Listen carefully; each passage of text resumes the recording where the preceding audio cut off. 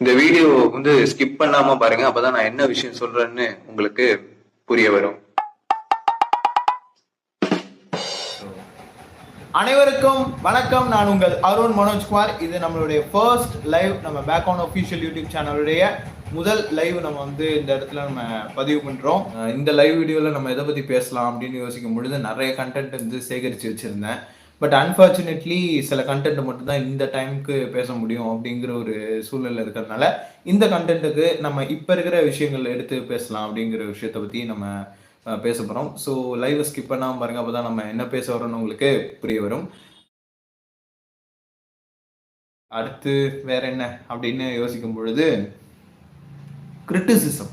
Okay, criticism பற்றி ஒரு விஷயம் வந்து ஷேர் பண்ணணும் அப்படின்னு எனக்கு தோணுச்சு.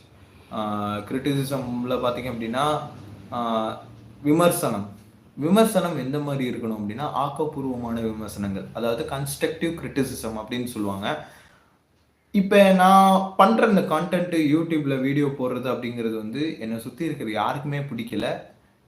என்னோடய ஃப்ரெண்ட்ஸ்ன்னு சொன்னவங்க, என்னோடய ஃபேமிலிஸ், என்னோடய ரிலேட்டிவ்ஸ், என்னோடய அப்பா அம்மாவே நான் பண்ணுறது வந்து தப்பு, இதனால் உனக்கு ஒரு ரூபா கூட கிடைக்கல, எனக்கு இன்னைய வரைக்கும் யூடியூப்லேருந்து ஒரு ரூபா கூட நான் வந்து சம்பாதிக்கல. பட் எனக்கு இது பேஷன், எனக்கு இது ரொம்ப பிடிச்சிருக்கு. இப்போ நான் என்னுடைய வலியை, என்னுடைய மாதிரி ஒஸ்ட்டு ஃபேஸில் நான் இருக்கிறேன், ஒரு மாதிரி டிப்ரெஷன் மூடில் இருக்கிறேன் அப்படின்னா I started your video and நான் வந்து ஒரு கண்டென்ட் வந்து பார்த்தீங்க அப்படின்னா வீடியோவாக எடுத்து போட்டுருவேன். ஓகேங்களா, அதுதான் நான் வந்து யூடியூப்பை ஸ்டார்டிங்கில் ஆரம்பிச்சு வச்சுது.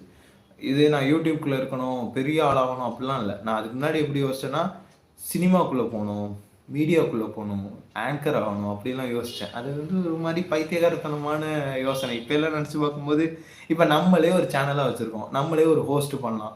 நம்ம யாராவது 4 பேரை திரட்டி 4 பேர்கிட்ட ஏதாவது ஒன்று உஷார் பண்ணி நம்ம வந்து ஒரு கண்டென்ட்டை உட்காந்து பண்ணி நம்மளே ஹோஸ்ட் பண்ணி நல்லா பண்ணலாம். ட்ரெண்டிங் ஆகிறதுக்கு இப்போ நிறைய வழி இருக்குது. ஆனால் அன்னைக்கு எனக்கு அந்த மாதிரியெல்லாம் எனக்கு இப்படியெல்லாம் ஒரு விஷயம் இருக்குங்கிறதே எனக்கு தெரியாது. அந்த டைம்லலாம் ரொம்ப சின்ன வயசில் ஒரு 13, 14, 15, 16 வயசுலாம் வந்து ரொம்ப சின்ன வயசு. 16 வயசுக்கு அப்புறம் படிப்பு மேலே எனக்கு ஆர்வம் வர ஆரம்பிச்சிச்சு. இதெல்லாம் நமக்கு சினிமாலாம் செட் ஆகாது, மீடியாலாம் நமக்குலாம் வராது, நம்ம இருக்க சும்மா மிமிக்ரி பண்ணுறோன்னா அது என்ன, இன்னொருத்தவங்களோட வாய்ஸ் எடுத்து பேசுறதுலாம் ரொம்ப ஈஸி. இப்போ உதாரணத்துக்கு ஒரு வாய்ஸ் சொல்கிறேன், விடிவி கணேஷ், இந்த வாய்ஸ் ரொம்ப ஈஸி. ஓகேங்களா, இங்க என்ன சொல்லுது கணேசன் சொல்லுத அப்படின்னு அப்போ ஆரம்பிச்சது.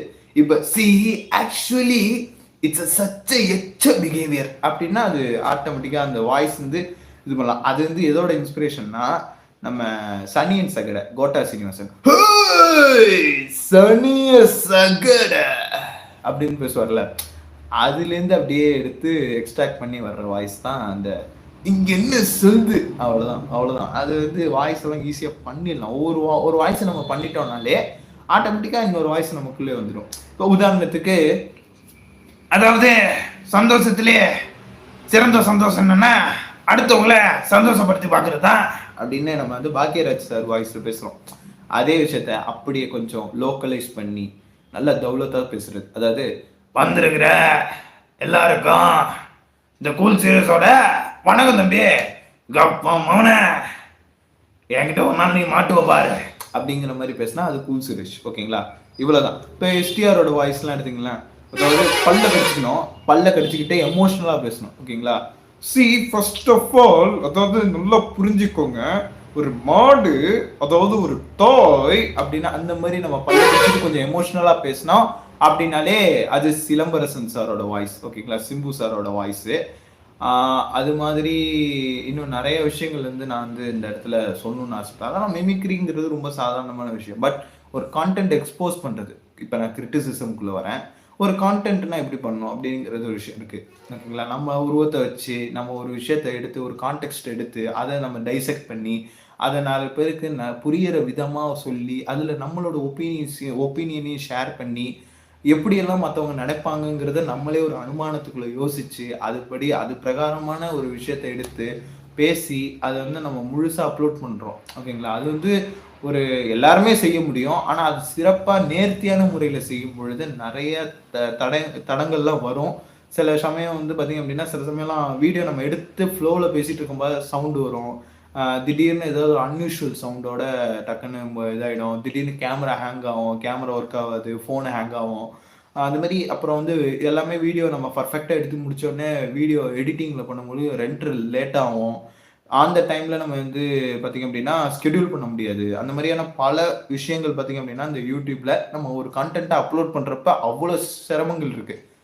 இதுல ஒரு சில அன்யூசுவலான வேர்ட்ஸ் யூஸ் பண்றோம், இல்ல அப்யூசிவ் வேர்ட்ஸ் யூஸ் பண்ணா கூட, அது அந்த டைம்ல எப்படி கட் பண்றது? அதுலயும் இந்த இந்த டியூரேஷன்லேருந்து இந்த டியூரேஷன்னு கரெக்ட்டா அந்த மைக்ரோ செகண்ட்லேருந்து எல்லாத்தையும் தெளிவா பார்த்து, மில்லி செகண்ட பார்த்து நம்ம வந்து கரெக்ட்டா கட் பண்ணி, அதெல்லாம் வந்து அந்த YouTubeல வச்சு பண்ணும்பொழுது, அதே அளவுக்கு ரீச் இருக்குமாங்கிறது தெரியாது. அந்த மாரி பல விஷயங்கள் கொஞ்சம் முன்ன பின்ன தான் இருக்கும். ஆனா YouTube நான் குறை சொல்ல மாட்டேன். ஏன்னா, நான் மட்டும் தான் YouTubeல கன்டென்ட் போடுறது கிடையாது. பல லட்சம் பேரு, பல லட்ச கன்டென்ட்ட பல கோடி பேருக்கு போய் சேர்க்கிற அளவுக்கு நெறைய இம்ப்ரஷன்ஸ்லாம் பண்ணி கன்டென்ட் போட்டுக்கிட்டு இருக்காங்க. ஸோ, அப்படி இருக்கிறப்ப it's a competitive world right? ஒரு காம்படிஷன் வந்து நடந்துகிட்டு இருக்கு. ஒரு இன்னர் காம்படிஷனும் நடக்குது. ஒரு இன்ஃபீரியரான காம்படிஷனும் நடக்குது. ஒரு சுப்பீரியர் ஆகுறதுக்கும் காம்படிஷன் இருக்கு. எல்லா தரப்புலயும் காம்படிஷன் நடக்கிறப்ப, நம்ம ஒரு சின்ன துகள்.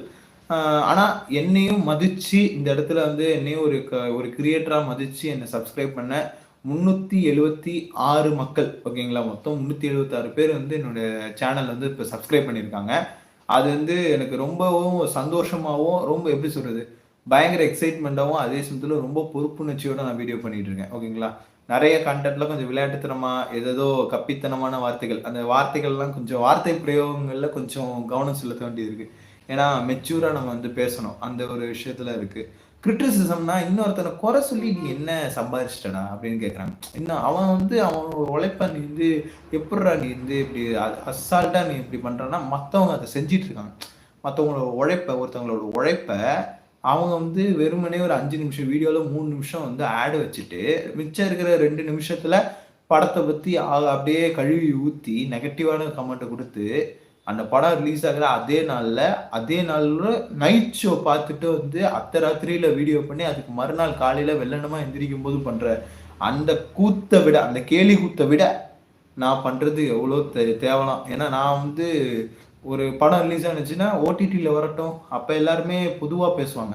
இப்ப வெறுமனே வந்து தியேட்டர்ல ரிலீஸ் ஆகும்பொழுது, விமர்சகர்களுக்கு மட்டும் தான் அதோட வாய்ப்பு இருக்கும். ஆனா, ஓடிடில வர்றப்ப கடைக்கோடியில இருக்கிற யார் வேணாலும் மீம் கிரியேட்டரா இருந்தாலும் எல்லாருக்குமே வந்து ஒரு ஜாக்பாட். இன்னைக்கு ஒரு கன்டென்ட் கிடைச்சிருக்கு. இத வச்சு நம்ம 1 வாரம் போட்டு அடிக்கலாம்.